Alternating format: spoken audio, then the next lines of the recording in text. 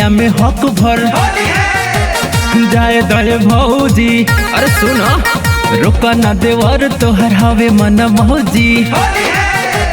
आवो ना होलिया में हक भर जाए दे भौजी, रुका ना देवर तोहर हवे मन मौजी।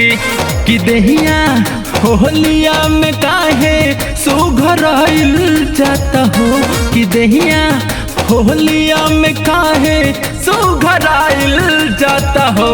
कि देखी भौजी तोहर, कि देखी भौजी तोहर कमर लहपकौआ मिजाज पगलाइल जाता हो। कि देखी भौजी तोहर कमर लहपकौआ मिजाज टनटनाइल जाता हो।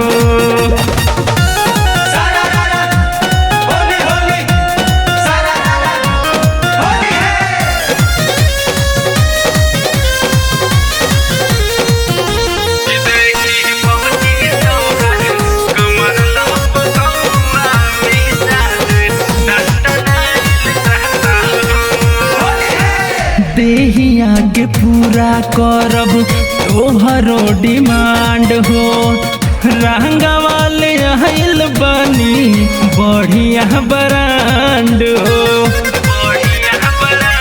हाँ, देहिया के पूरा करब तोहरो डिमांड हो, रंगा वाले आइल बनी बढ़िया ब्रांड हो।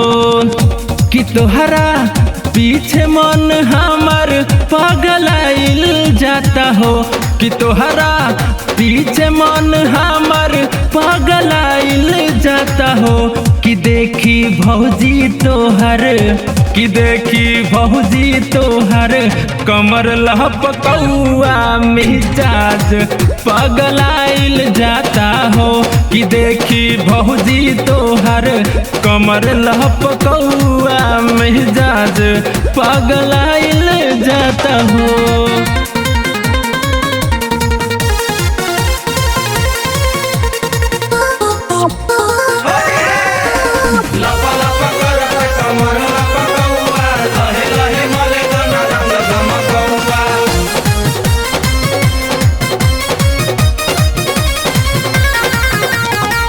गुड्डू भाई प्रवीण तोहके पूरा दीहे डोज हो, फेर पगलाइल रहबू हमरे ला रोज हो। गुड्डू भाई प्रवीण तोहके पूरा दीह डोज हो, फेर पगलाइल रहबू हमरे ला रोज हो।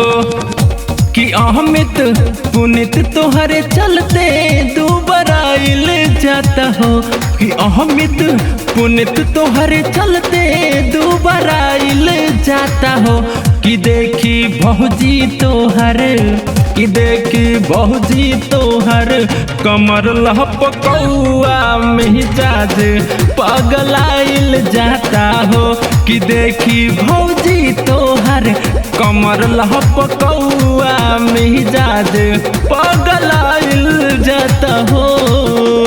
होलिया में हक भर जाए दे भौजी। अरे सुनो रुका ना देवर तोहर हवे मन मौजी। आवो ना होलिया में हक भर जाए दे भौजी, रुका ना देवर तोहर हवे मन मौजी। कि देहिया होलिया में काहे सुघराइल जाता हो, कि देहिया होलिया में काहे सुघराइल जाता हो।